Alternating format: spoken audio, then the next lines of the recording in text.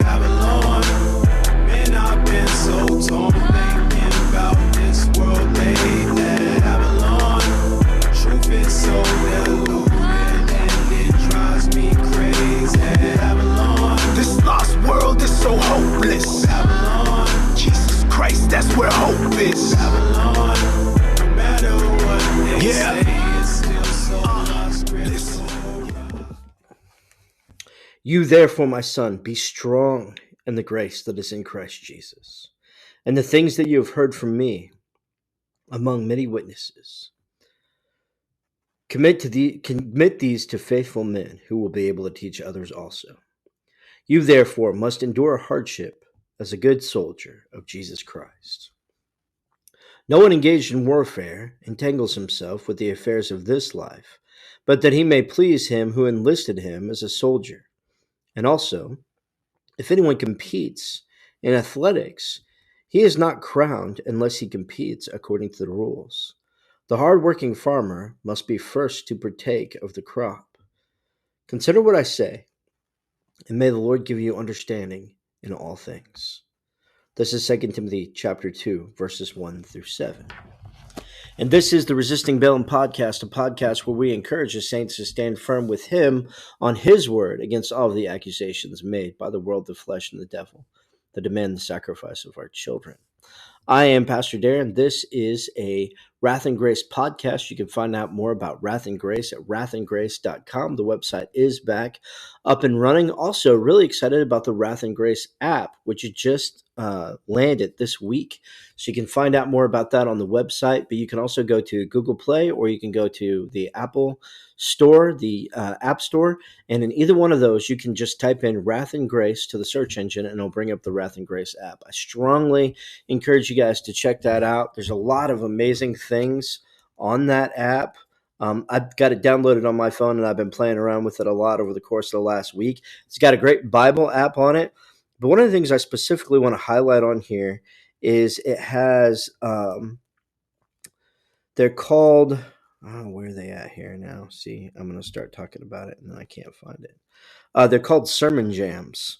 And so if you get in here, you can look and see there's some sermons in here. There's some words that are preaching to like a hip hop background. A lot of great stuff on the app. There's catechisms, confessions, things about Christian living. And then there's also a podcast on there. Callie and I'll have some episodes up there. We don't have any episodes up there yet. We're still working on that. But you can find all of that stuff on the Wrath and Grace app. And so I strongly encourage you to jump on there and check that out. There's also conferences on there, all kinds of other great stuff. So go check out the app is the point of all that. Also want to invite you to find out more about our ministry on our Patreon page, patreon.com// Resisting Balaam. There's where you can support our ministry. You can support us for as little as $3 a month or as much as $20 a month. And you get access to episodes early. We've been struggling with that a little bit recently with all the travel I've been doing. We'll talk about that in a minute, but we're going to be back on that. So you get episodes on Friday rather than on Monday. You can get that for as little as $3 a month. We've got some special member-only stuff that's on there just for members, some projects that Callie's been working on and some things that I've been working on, so you can check that out. Also, you can go all the way up to $20 a month, anywhere between $3, $5. I think it's $15 and $20. Depending upon where you come in, you get special merch like this Resisting Balaam t-shirt that I'm wearing. We also have Maddit logos that are signed. We get a signed copy of Callie's book you can get in there. And also you can get coffee mugs with the logo on there. So you can go check that out at Resisting Balaam, or patreon.com/Resisting Balaam. Okay, so today is a unique episode. If you haven't figured out yet, it's just me. We're doing things kind of unusual recently with all the travel that I've been doing. Callie's been doing some traveling, and so we're just trying to kind of record when we can. Hopefully next week we'll be going back to normal. But Callie asked me to do an episode this week where I just kind of update you guys on some of the important things I've been working on. We're going to talk about the Southern Baptist Convention resolution. If you haven't heard about that yet, I'm going to do a quick recap of everything that happened with that. And then in the second half of this, or the second segment of this episode, I'm going to talk about being installed as the Assistant National Director of Operation Save America. So June was a busy month for me. I did a lot of traveling. I spoke a lot of different places, and excited about the blessing to be able to serve the Lord in that way. But that's why Callie was doing more independent episodes. He did some really great content while I was gone. But I'm also excited to be back with you guys. So let's go ahead and get into it. I want to talk about the resolution to abolish abortion that we passed at the Southern Baptist Convention. For those guys who haven't heard about this, this was really exciting because this was the national convention of the Southern Baptist Convention. There were 20,000 messengers. That means 20,000 people signed up to show up and represent their church at the Southern Baptist Convention. And at this convention, we were able to pass a resolution that had strong abolition language. And so I want to talk about that a little bit. And so first I want to start by talking about what is a resolution. So we go to the Southern Baptist Convention in Tennessee. There's several of us that are abolitionists that were there. I probably shouldn't name names because I'm going to forget people, but guys like myself, Dusty Devers, Brett Baggett, Bill Askell. There were a lot of us who were there. I want to just kind of start by, I'll talk about what is a resolution in a minute. I want to start by sharing some personal comments with you guys because this was really important for me. This was really impactful for me. Many of you know that in 2019, John Smith and I went to the Southern Baptist Convention, and there's just the two of us. We're the only two abolitionists that were there. And that's when I went and I made a motion on the floor asking that the Ethics and Religious Liberty Commission do a study committee on how the Ethics and Religious Liberty Commission could help with the abolition of abortion. That resolution was ruled out of order on the simple grounds that I didn't use the word request. And so last time we went to Southern Baptist Convention in 2019, it was very discouraging. It was just two of us there. The door slammed shut on everything that we did. People thought that we were crazy. They were acting like we were crazy. All of our discussions with people, with a few handful of exceptions, people thought we were crazy. And what we were doing there was not very well received. But over the course of that 2 years, from 2019 to 2021, God has been doing some amazing things among Southern Baptist pastors. And what he's done, and a lot of it, it started in Oklahoma it started sort of with the motion that I made and the brothers and sisters in Oklahoma at the same time, in particular, Brett Baggett, Dusty Devers, Tom Askell, and several of those guys. I always get in trouble with that when I name names. I always forget people. But I'll just throw those three guys out there as an example. In 2019, they were able to pass a resolution at the Oklahoma Baptist Convention meeting in favor of abolitionism. And so that happened from 2019 to 2021. And also, we have had the opportunity to do a lot of groundwork with Southern Baptist Convention pastors and Southern Baptist members and messengers through writing and drafting our resolution through our Facebook page, Southern Baptist for the Abolition of Abortion. You can go find that and follow it. And then just through one-on-one discussions that we've been able to have with various different pastors in the convention. And God, by his grace and mercy, has been moving in the Southern Baptist Convention in regards to the abolition of abortion. And so Southern Baptists in Texas, Southern Baptists in Oklahoma, Southern Baptists in Indiana, and Southern Baptists just from all over the country have gotten, Clay Hall would be another guy. These people, God has sort of raised these people up. They've either come into the abolition movement or seen the value in engaging the Southern Baptist Convention. I'm looking so that I can pull some more names out here, maybe, because I hate when I leave people out. John Smith, of course, is a guy that I mentioned earlier. Also, I specifically wanted to mention Russell Treat because he's been a tremendous blessing. Several guys.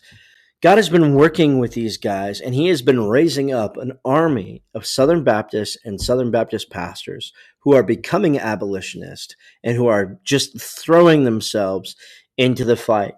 And so the first thing I want to say about this is that there were a few times as we were at the Southern Baptist Convention that it was very surreal for me. Because whereas when we went the first time in 2019, we were treated like we were crazy. In 2021, it was a very different story. And it was very surreal for me a few different times as we were standing. I'll tell you guys a little bit about our strategy in a minute, but we printed out actual booklet copies of our resolution and handed them out to messengers of the convention, and we had some great conversations with people. And as we were standing there having various different conversations at various different times, it was surreal to me to step back and notice that there were more than a dozen of us, probably 20, 25 of us that were Southern Baptist pastors or Southern Baptist messengers working together to try to pass this resolution. And that was such a tremendous blessing to see the way that God is working among pastors in the Southern Baptist Convention. So that's the first thing I want to say. I was tremendously blessed. It was visible, tangible evidence there at the Southern Baptist Convention as I met some guys for the first time face to face that I've been working with behind the scenes, that and some guys that I've done some other work with, Brett and Dusty, guys that I've mentioned, Tom Askell and so forth. God is moving through this ministry. God is moving through our efforts to strive to abolish abortion. And it was tangibly evident at the Southern Baptist Convention. And that was a tremendous blessing. And so I just sort of want to start out with that. So let me start as I sort of talk about the resolution. Let me explain what a resolution is. We've done this a couple times on the show, but if you're new, we talked about this in the episode that we did with Tom Askell. So you can go check out that episode. It's on our YouTube channel. And then I've talked about it one other time. But if you're new here, I want to talk about it again, or maybe it's just not something you think about very much. So let me give you a reminder. What is a resolution in the Southern Baptist Convention? So these resolutions are non-binding resolutions, which means they in the Southern Baptist Convention, the local churches are all independent and autonomous. So no business can be passed at the National Convention that is binding on the local churches, right? And that's important. So some people say, well, if it's not binding, then why does it matter? Well, what a resolution is the purpose of a resolution is to indicate or demonstrate the feeling of the Southern Baptist Convention on a given topic at a given time. Or another way to say it is it's a prophetic word, you understand what I mean when I say prophetic? I'm not talking about sort of the charismatic sense of that phrase, but I'm talking about it's a word from the Southern Baptist churches to the culture on a given issue, or a word from Southern Baptist messengers to the leaders of the Southern Baptist Convention or to Southern Baptist churches on a given issue. And this is very important because as the weight of the biggest Protestant movement in America, notice I say movement and not denomination, because technically the Southern Baptist Convention isn't a denomination, it's a convention, but that's a separate discussion for a different time. But it is the biggest Protestant movement in the United States of America. And so in certain places, like in Texas and Oklahoma, where the Southern Baptist Convention speaks, it carries great authority with it. Now, in places like Indiana, nobody cares what Southern Baptists think in Indiana.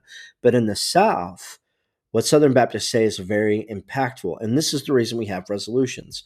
Resolutions are a prophetic statement from the Southern Baptist Convention regarding what the messengers think about a particular topic at a particular time. So why is it important that we pass this resolution then? Well, think about everything I just said. By passing this resolution, what we accomplished is the biggest Protestant movement in the United States of America heard and passed a resolution favoring the abolition of abortion. And just stop for a minute and let that sink in. That's huge. I don't know, maybe if you haven't been around very long, you don't understand how huge that is. Because for a long time, abolitionists have been working to awaken the local church to the plight of the preborn. Now, this is not to say that all of a sudden all Southern Baptists are abolitionists, or the majority of Southern Baptists are abolitionists, or most Southern Baptist churches are abolitionists. It's not any of that. Our whole purpose in doing this, we had this fight for the purpose of having a discussion. And the discussion actually went far better than I actually originally suspected that it would go. And so that's why this is important. This was a huge statement to the leaders of the Southern Baptist Convention. It was a huge statement to the pro-life industrial complex, the rank and file in the Southern Baptist Convention. You know what they want? They don't want to regulate abortion. The rank and file in the Southern Baptist Convention don't want the 100-year plan to end abortion. The rank and file in the Southern Baptist Convention want abortion to be abolished. That's what they want. And that's the reason that they were so receptive toward this resolution. So let me share a little bit of the story about how the resolution actually ended up passing. The Southern Baptist Convention is an interesting beast. Sorry, I got ice in my mouth unintentionally. The Southern Baptist Convention is an interesting beast in terms of the way that it works. Um, Many people know that in the 1970s and 80s, the Southern Baptist Convention actually went liberal, and there was something that happened called the conservative resurgence, in which conservatives went in over a course of about 15 years and took back the Southern Baptist Convention. And as far as I know, over the course of church history in America, the Southern Baptist Convention is the first movement, or if you want to use the word denomination, I'm not going to die on that hill or have that fight. Let's say it's the first denomination, whatever. It's the first movement of churches that started to go liberal and then turned back. PCUSA went liberal. The United Methodist Church went liberal. The Lutheran Church went liberal. None of those were able to come back. The Southern Baptist Convention was able to come back. Why is that? Well, it's because of the way that the Southern Baptist Convention is structured. And you hear guys at the Southern Baptist Convention say all the time that the home office of Southern Baptist Convention is the local church. And that is the way it should be. It's not actually the way that it operates most of the time. But on paper, that's actually the way that it should be. And so what happens is you have, and just like every other structure, the Southern Baptist Convention works like a political structure. Everything operates at the annual meeting according to Robert's Rules of Order. And so it works like a political caucus or a business meeting or something like that. It's basically, the Southern Baptist Convention, when it meets at the annual meeting, is the largest business meeting that's ever taken place in the history of the world. And they tout that every year. It's a business meeting that runs according to Robert's Rules of Order. And so that's exactly what it is. It runs like a political caucus or like a business meeting.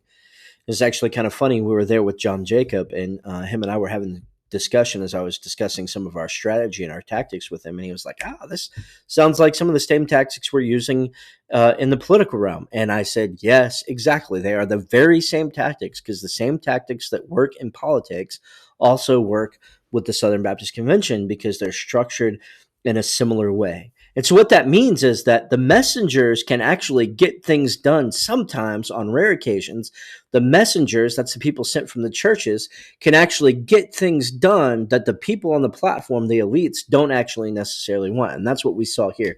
So you needed to understand that for me to tell a little bit of the story about how this happened. So we determined that we were going to use these tactics.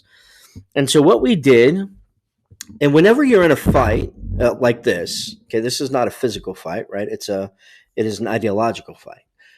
Whenever you're in a fight like this, you need to know the rules of the fight, and you need to know, who do I need to talk to in order to accomplish what I want to accomplish? You should always ask yourself that question when you're in the midst of an ideological fight. Who do I need to talk to in order to accomplish what I want to accomplish? One of the big mistakes that conservatives often make is that they think, like in the political realm, they think, I have to talk to the politicians in order to accomplish what I want to accomplish. Well, you do have to talk to the politicians a little bit, but really what you need to do is talk to the voters, because whatever the voters tell the politicians to do, 9 times out of 10, that's what the politicians are going to do. Why? Well, because the politicians want to keep their butt in that seat. Same thing is true in the Southern Baptist Convention. Who do you want to talk to? In most cases, when somebody wants to get something done in the Southern Baptist Convention, they go to the annual meeting, they put their hat in their hand, and they walk up to the elites on the stage and they say, please, sir, may I get my resolution passed? Will you please allow the convention to hear my resolution? Please, sir, will you pass my motion? As though the elites on the stage are the ones with all the power. But that's not actually really the way the convention's structured. The way that the convention is structured, there's a competition for power between the elites and the messengers, or let me use phrases that you're more familiar with, between the establishment and the grassroots. The establishment are the people that are in authority right now. The grassroots are the ones that ultimately get to decide which people get in authority and what they're going to do. And one of the biggest mistakes conservatives make is to not recognize this natural competition that exists between the establishment and the grassroots. The grassroots actually has more power than the establishment does if you can organize and mobilize them. The problem in the Southern Baptist Convention is often you can't do that because people have been brainwashed to think whatever those guys up there on stage say, they're the smart ones, they're the elites, whatever they say to do, that's what we're going to go with. Well, thankfully, it was to our benefit because of some of the things that were happening in the Southern Baptist Convention that there was a very anti-establishment spirit at the Southern Baptist Convention this year. And there were a lot of people there that were saying, wait a minute, I don't know if I trust those guys up on the platform. And so maybe what they say isn't the best thing, right? And so because that was the case, here's how we were able to get the resolution passed. The first thing we did was we printed out, I think it was, I want to say it was 12,000 copies, and I have to give credit to Free the States. Free the States was very helpful in this whole endeavor that we did. They worked with their printer. Russell Hunter helped with a lot of the artwork. James Silberman was very integral. Several people that are involved with Russell, Rachel. There's several people that are involved with Free the States were very important to helping us get this thing done. And so what happened is we printed out, I think it was 12,000. We printed out 12,000 copies of our resolution in booklet format. And anybody who's involved in the abolition movement, you know, when Russell designs something, it looks very good. He's just very good at that. That's his thing. He's very good at putting together things that are catchy to the eye, that draw on your attention. And so these booklets looked sharp. And James Silberman and Sam and Rachel, those guys are all the guys that help pull everything together. And so we printed out 12,000 copies of this, of our resolution. We printed out, I think it was 8,000 copies of the Free the States booklet, Are You an Abolitionist? And then we printed out 10,000 little drop cards. I wish I had one with me. I'd show it to you. The drop card, and the drop cards on the front, they say Southern Baptists were wrong about the abolition of slavery. And there's just slave on there. And on the back, it says, will we be wrong about the abolition of abortion? And there's a little fetus on there. So we passed 10,000. We had abolitionists, Erica Schazenbach and several other, just, I don't even, again, naming names. Erica helped to organize it all. Clay Hall was out there. There was probably 25 or 30 Southern Baptists that came just to work on the streets. They weren't part of going into the convention. They're not actually Southern Baptists. They came and they worked on the streets. And what they did was they took these copies of the resolution, the copies of Are You an Abolitionist, and these drop cards, and then they had signs. And the signs that they were holding on the front, you probably, if you're an abolitionist, you've seen this artwork, and I definitely want to express my appreciation to Russell for being willing to share this artwork with us. But there's a slave with a chain, and the chain sort of rolls down into a fetus. If you've never seen it before, we're going to put some pictures up. You could probably see it on the Southern Baptists for Abolishing Abortion Facebook page. And on it, at the top, it said, Southern Baptists were wrong about the abolition of slavery. And on the bottom, it said, will we be wrong about the abolition of abortion too? So this was our messaging. And so these abolitionists that showed up just to help us get the word out went out on the streets because there's 20,000 messengers there. The messengers were all over the place. They went out on the street and they started handing out the resolution directly to the messengers and saying, hey, here's a resolution we're hoping to pass. It's a resolution on the abolition of abortion. Please read over it. And if you like it, go to our website and sign the resolution yourself. Now, let me tell you, I need to back up for a minute. Let me tell you why we needed to do this. The reason we needed to do this is because the Committee on Resolutions killed our resolution. They said, we're not going to let the convention hear your resolution. So we did the thing. We said, here's our resolution. Please, sir, will you allow the convention to hear it? We went through the proper steps. The Resolutions Committee said, no, we will not allow the convention to hear your resolution. It's too controversial. We have our own little vanilla do-nothing resolution on abortion that we're going to offer instead, and we think people will like that better. That's basically what they said. So when they told us no, we determined, okay, well, then we're going to go to the grassroots. We're going to go directly to the people. So we had people work in the streets. They took copies of our resolution, Are You an Abolitionist, drop cards, and they started handing these out and having conversations with Southern Baptist messengers on the streets about abolitionism. And we were delighted to discover that the overwhelming majority of those conversations went very, very well. That the overwhelming majority of rank and file Southern Baptists agree that they want to see abortion immediately abolished. Now, especially when they got into more discussion, do you want to regulate abortion incrementally over here, or do you want to bring about immediate abolition, call the states to defy the federal government, and establish justice right now? And the overwhelming majority of Southern Baptists were over here and not over here. The other thing that happened was that there were some groups that were already doing work, conservative Southern Baptists, really conservative Southern Baptists, that were already working on other issues in the Southern Baptist Convention, that actually invited us to pass out our resolution and talk to people as they were at their event. So what happens at the Southern Baptist Convention is there's the big event, and then there are these various different groups that do their own side events at the hotels, since they know everybody's going to be together promoting whatever their issue is or whatever. So two of these groups that invited us at no cost to us, they just invited us to be there because they believed in what we were doing. The first group was Founders Ministries. And you guys know we've had Tom Askell on the podcast before. He is definitely coming around on the issue of abolition. I don't want to speak for him, but I will say him and, Bill Askell's, he was our spokesperson at the convention. The guys at Founders, we cannot express our gratitude to them enough, because they had an event that 1,000 people showed up at the day before the convention. And they invited us to stand at their event, to have a table at their event, and to stand at their event and pass out copies of our resolution and discuss our resolution with all 1,000 people that went into that event. And the people at Founders Ministries were very accepting of what we were trying to do. They were very agreeable to our efforts to abolish abortion. And then the Conservative Baptist Network, they invited us. They had a breakfast. They had a breakfast. I don't remember how many seats they had at their breakfast. I want to say it was like 1,500 or 2,000.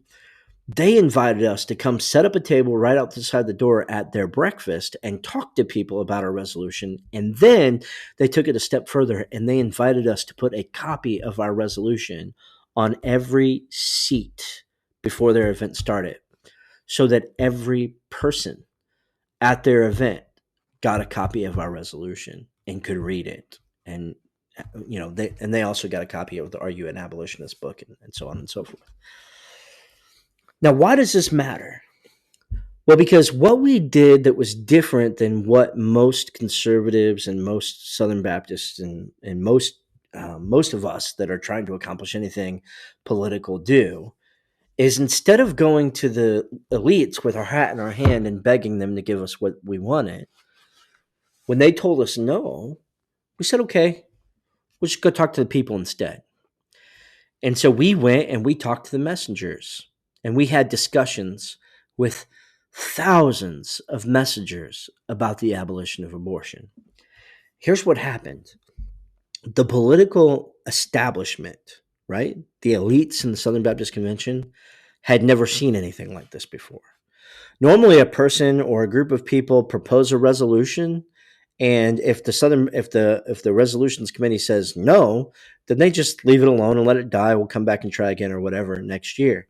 They'd never seen the tactics that we were using here before. In other words, they'd never seen anybody say, well, okay, that's fine.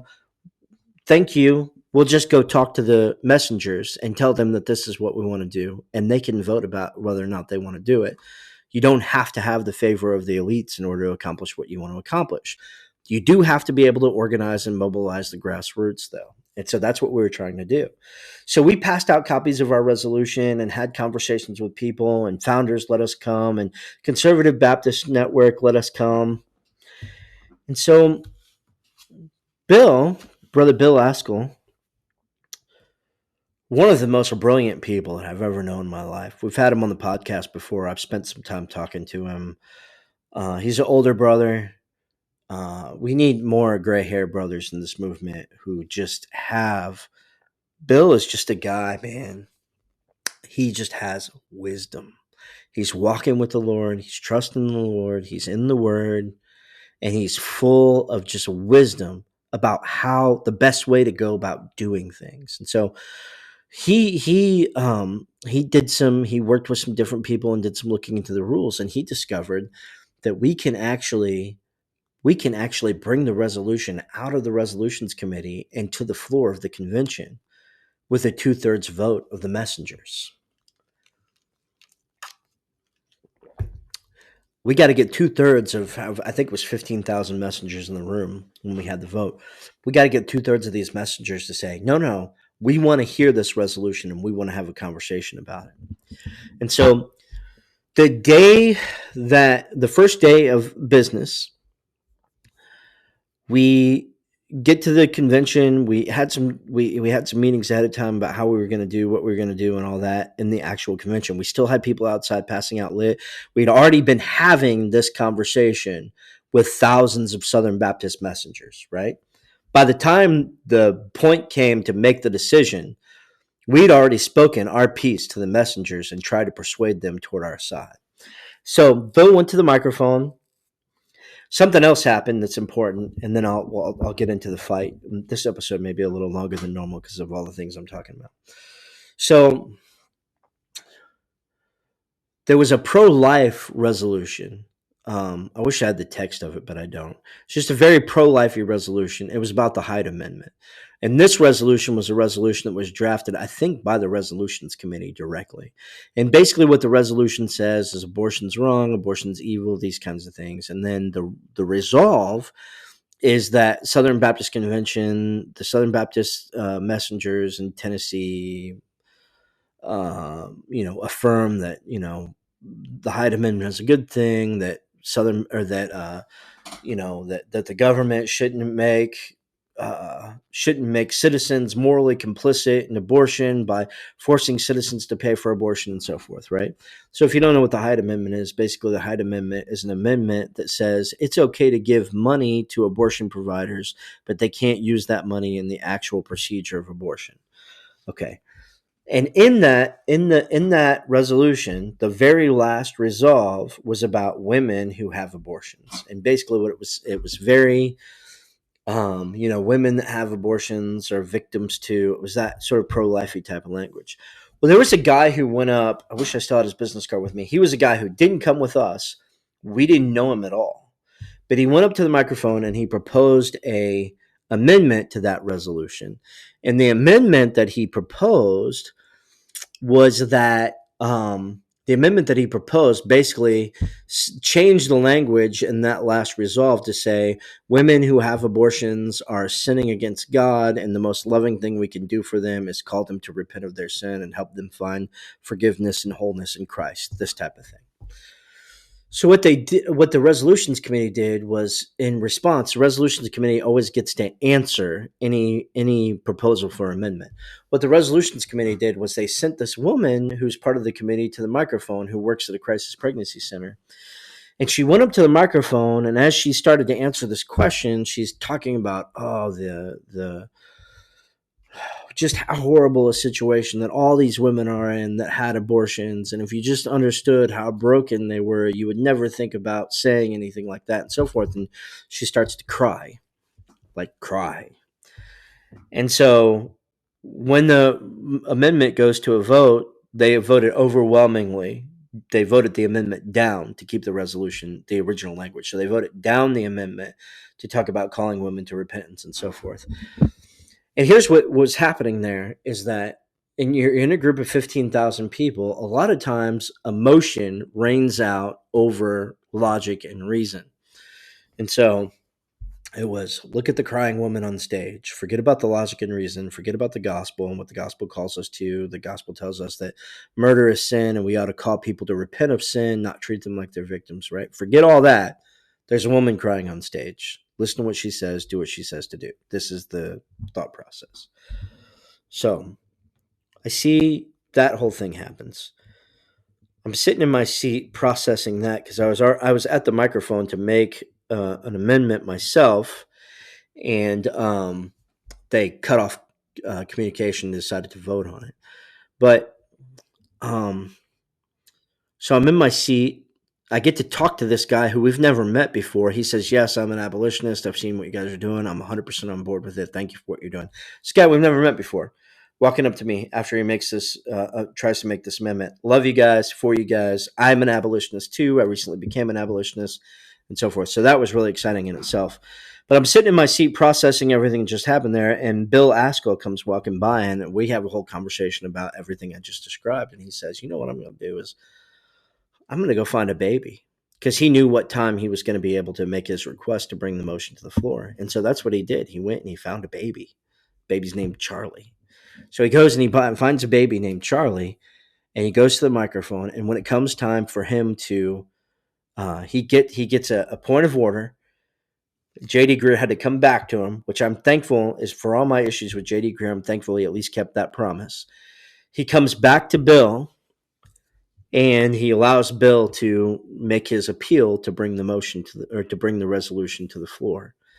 And so, Bill, if you got to go watch the video, it's out there. If you go to our Facebook page, it's out there. As a matter of fact, I might even have Callie try to splice it in right here.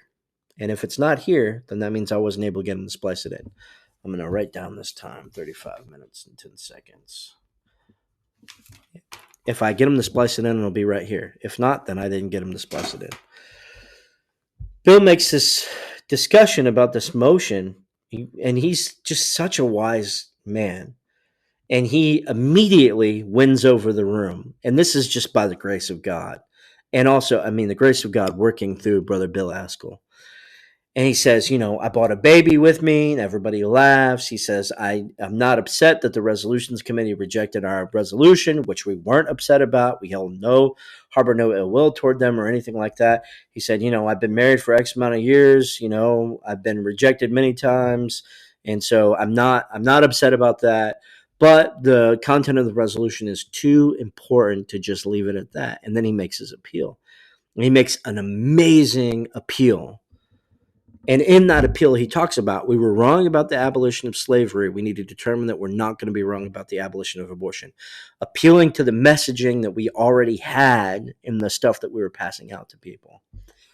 And so it comes to a vote. J.D. Greer brings it to a vote.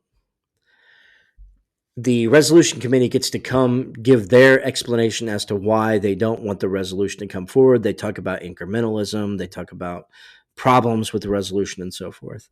And the vote goes to the messengers. And the messengers, I was amazed. Amazed doesn't even describe it. The messengers, you need a 2/3 majority. The messengers voted overwhelmingly, more than 2/3. There were more than 2/3 of the people there that voted in favor of bringing this resolution to the floor. And so at that point, what happens is you can't just debate the resolution there because they don't have the time. So they had to schedule a time the next day we had to have a fight on the floor of the convention the very next day. And so they scheduled that time, and that part of it was over. The resolution came to the floor. So what happened in that moment is that 2/3 of the Southern Baptist Convention voted to overrule the will of the people on the stage. And I want you to understand, that does not happen. That was I have never seen anything like that happen. It was completely a once in a lifetime. Bill Askell talked about he's been going to Southern Baptist conventions for like 30 years. He's never seen it happen before. It was just an amazing moment, and it was an amazing thing that God did, bringing the resolution to the floor the way that he did.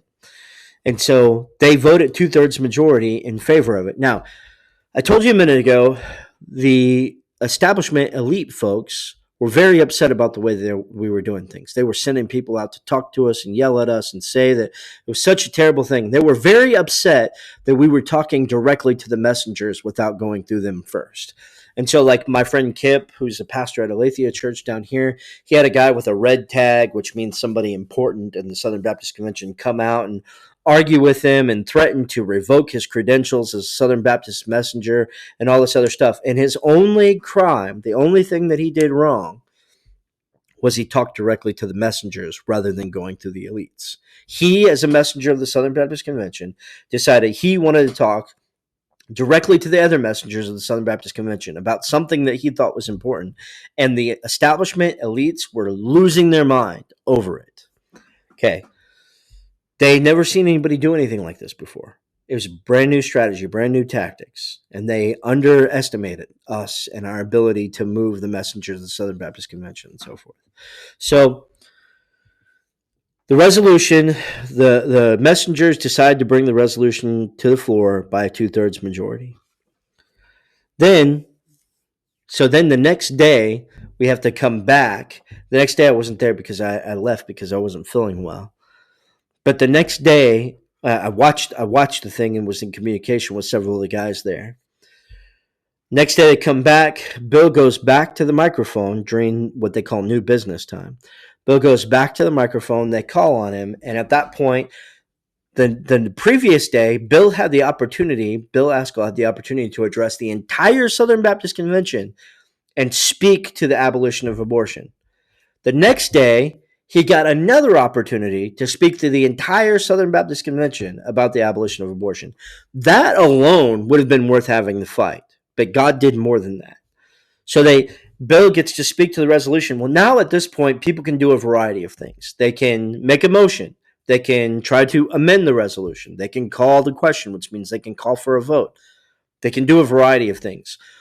What happened is, in between when the messengers voted to bring the resolution to the floor and the discussion actually happened on the floor, all the there were SBC ethics professors, there were people that were part of the resolutions committee and so forth, all putting out videos and tweets and all this stuff saying why this resolution is such a bad resolution and you just shouldn't do it. It's against incrementalism. That was their biggest argument. It's against incrementalism, and it's in favor of punishing women and all this. It's all the normal stuff that you hear. And so when you come to the floor, the two most prominent people that opposed the resolution were a ethicist from the Ethics and Religious Liberty Commission and a ethics professor from a Southern Baptist seminary. And both of them opposed the resolution on the grounds that it was against incrementalism. And they just could not fathom that Southern Baptists would be against incrementalism. The professor said, there's so many things wrong with this resolution. It'd take me days to straighten it all out and fix it. So then a guy comes to the microphone and he makes a motion to table the resolution. So what happens when you table a resolution according to Robert's rules is you kill it. It never gets discussed again. You table, nobody has to vote on it. You just table it. 2/3 majority of people have to agree if you're going to table discussion on the question of whether or not to pass a resolution. And then it never gets called back again. So what he was trying to do was he was trying to kill the resolution. Put it on the table. Kill it. So he makes this motion. They figure out what the right wording is for the motion. And they called for the question of whether or not to table this resolution. And they need a 2/3 majority, and it failed miserably. It didn't even come close to a 2/3 majority. At that point, the next thing that happened was a person came up and made a motion to amend the resolution. And the amendment that they made was in the middle of one of the resolves to add the word alone. Okay, so we will not fight for the abolition of the we will not. Basically, what he was trying to say is we will not use incrementalism alone. And the only word that he changed in his amendment was he added the word alone. And what he was trying to do is say incrementalism is okay, abolitionism is okay. Let's do both. The problem is when you add the way the resolution is written, a lot of people said, well, this stripped all the power and force and authority out of the resolution. Well, no, it didn't. If you go read the resolution the way that it is, it's abolition from beginning to end, and they add the word alone to that resolve in the context of the rest of the resolution. It basically just makes that one resolve not make any sense. The sentence itself with the word alone in there is unintelligible. It didn't strip any of the value out of the resolution at all whatsoever, although that's what they were trying to do. That amendment passed, and then Bill Askell had the wisdom to come to the microphone and call for the question, which basically means let's call for a vote on this resolution before people come and try to amend this thing and cut it up and so forth, because we knew we had a pretty good idea the resolutions committee and some of the seminary professors and so forth were going to try to do that. So Bill called for the question, and the resolution passed by an overwhelming majority. Now, what did we win by having this fight? What did we accomplish by having this fight? Well, I talked about this a little bit earlier, and I was elated. I had to pull over. I was driving home at that point because I was not feeling well. I had to pull over in my car to celebrate. I was so elated that this resolution passed. Even with the amendment that I didn't like, I was elated that the resolution passed. Why? Well, because here we have the biggest Protestant movement in the United States of America all of the sudden showing. It doesn't mean that all of a sudden all these Southern Baptists are now going to be opposed to all increments or anything like that. But what it means is this entire movement of Christians is saying, I think there's something to that abolition thing. And the more I hear about it, the more I'm interested in it, right? And so what we had the opportunity to do was we had the opportunity to have this entire discussion with the Southern Baptist Convention about, do you want to end abortion? Yeah, I want to end abortion. That's why I'm pro-life. Okay. Do you want to end abortion right now, or do you want to wait 100 years? Well, I want to end it right now. Do you think that the state should have the right to defy the Supreme Court if they're saying you have to be able to kill babies? Well, sure, I think that. Well, then what would keep a state from abolishing abortion right now rather than waiting? Well, I guess nothing would keep a state from doing that. The overwhelming majority of the people that were there were like, oh man, I really agree with that idea. Like, why can't we go ahead and just end abortion right now? Why can't we abolish it right now? Brothers and sisters, having the opportunity to have that kind of, just having the fight was tremendously beneficial. The fact that we won the fight is exceedingly abundantly beyond anything I could think or imagine. I never expected that to happen, but God did it. And it was an amazing thing. It was an amazing thing to be there. It was an amazing thing to behold. And so I was grateful to have the opportunity to be there and to see what God did.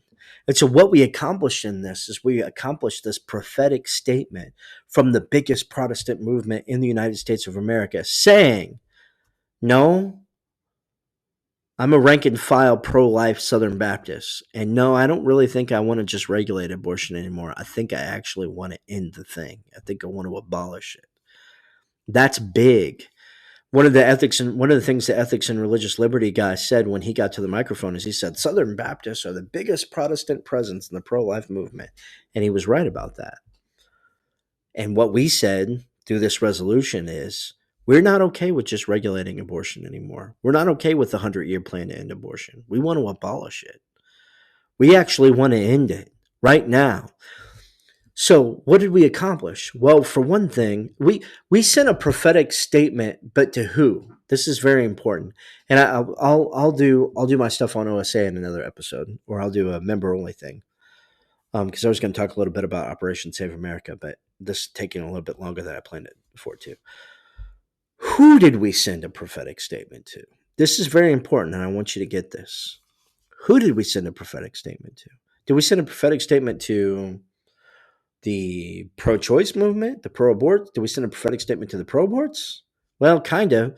But like, if you're Southern Baptist and you tell the pro-aborts you want to end abortion, they're like, well, yeah, I kind of already knew that. That's not a big statement to them. I mean, maybe a little bit, but not big. Who did we send a prophetic statement to? This is very important. I would submit to you that by passing this resolution, we sent a prophetic statement to two groups of people, and they're both very important.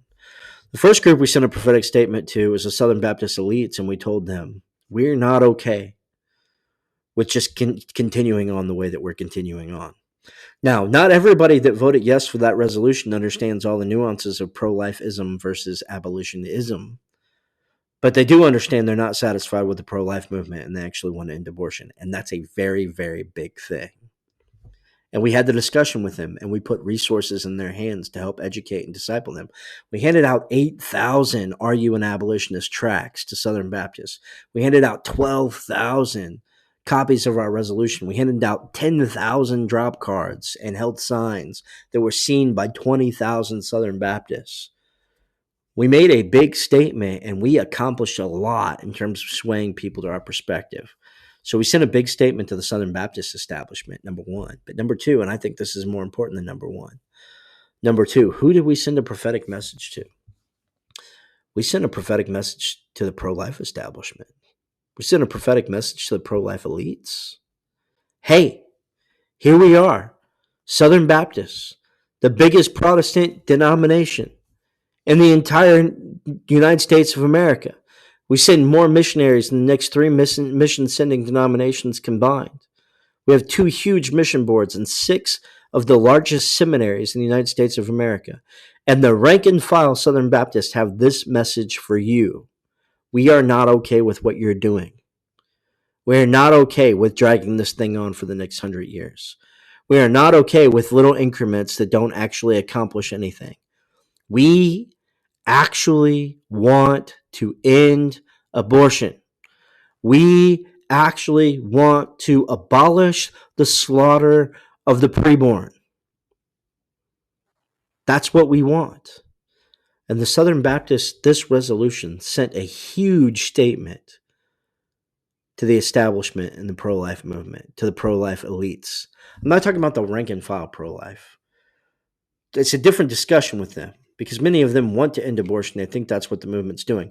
We also got to have, those are the people we got to have a conversation with, and we got to show them, hey, they say they're ending abortion, but they're really not, and this is what would actually end it, and they were interested. So that was huge.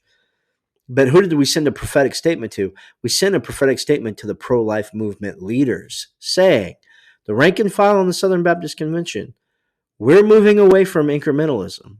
We're moving away from regulationism. We actually want to see abortion abolished. We want to see it end. And so the prophetic word here was to pro-life politicians and the pro-life movement, saying the pro-life little increments that you're doing that aren't actually saving babies, that's not enough. We need to establish a biblical pattern of dealing with this sin, and we need to abolish abortion. That's who we sent a message to. Now, how do we know that that's who we sent a message to?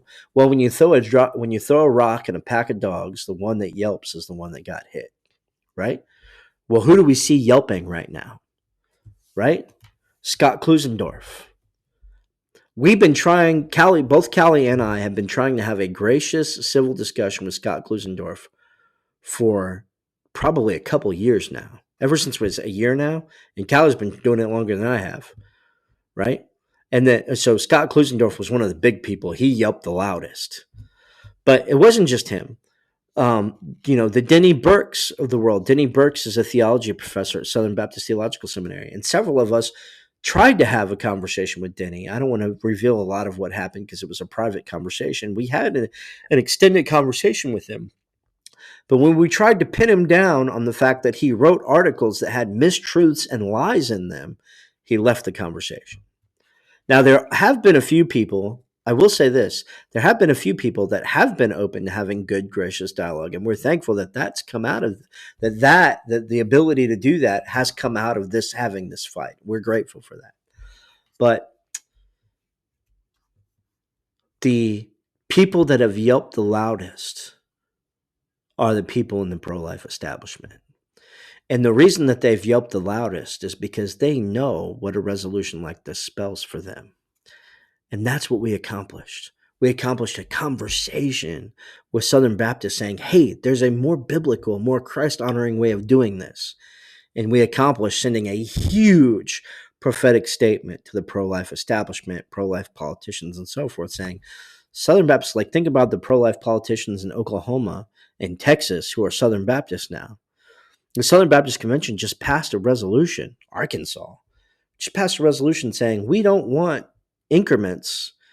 We don't want these regulatory increments. We want to put an end to it. That's huge. And so I want to do an episode. There are a lot of people doing interviews. I did an interview on the Patriarchy podcast. Hope you guys check that out.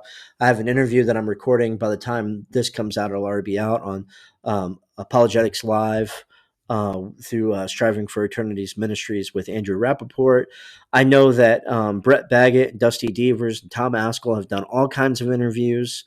And I think that those interviews have been great. And we're going to have Brett Baggett and Dusty Devers on our episode. It should be the next episode after this episode.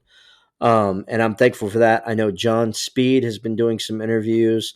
I know that, James Silberman did some discussion. Those guys did something over on their podcast with Free the States. And I know that Van Beber has been doing some interviews. I'm just kind of looking through some of the different discussions that I've had with people here. I think you should go listen to all of those interviews that are out there. They're all great discussions, but I wanted to do an entire podcast on our show that is specifically directed at sharing without being guided by interview questions or whatever, directly directed at sharing with you what actually happened at that event. And I can't thank those guys that helped pass the resolution enough. I can't thank Founders and Conservative Baptist Network enough. And those guys that are supporting our resolution, can't thank those guys enough. I can't thank Free the States. Callie helped to write the resolution. There were several people involved with writing the resolution. There's a lot of thanks to go around, but the greatest thanks goes to God. Because, and I don't want to sound like I'm giving a Grammy speech here, but God did something amazing with this resolution. And he sent, it's a shot across the bow to the pro-life movement. And there's a great call to repentance now. And this was a huge thing that was accomplished. And so I want to give praise to God, because I was not, even with all the work that we put in, there was a lot of footwork that was done ahead of time and so forth. It is by the grace of God and because of his work in this that this whole thing happened. And so I want to definitely bring that to the forefront of the discussion. Even guys who weren't Southern Baptists were there. Jeff Durbin came to the Southern Baptist Convention. Rusty Thomas came to the Southern Baptist Convention. Like I said, there were abolitionists out working on the streets. Why?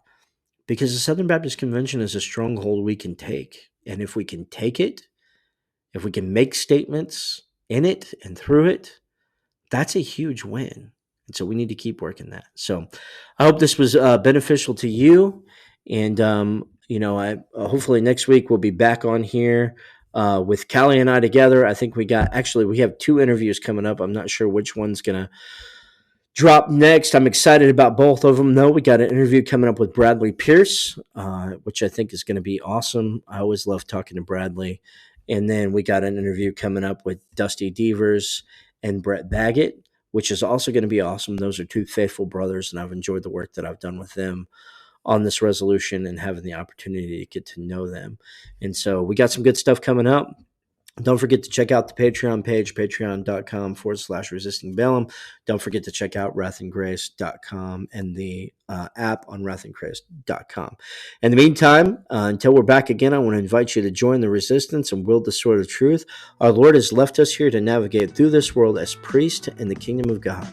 Apply the mind of Christ and battle against the culture that hates God and loves death.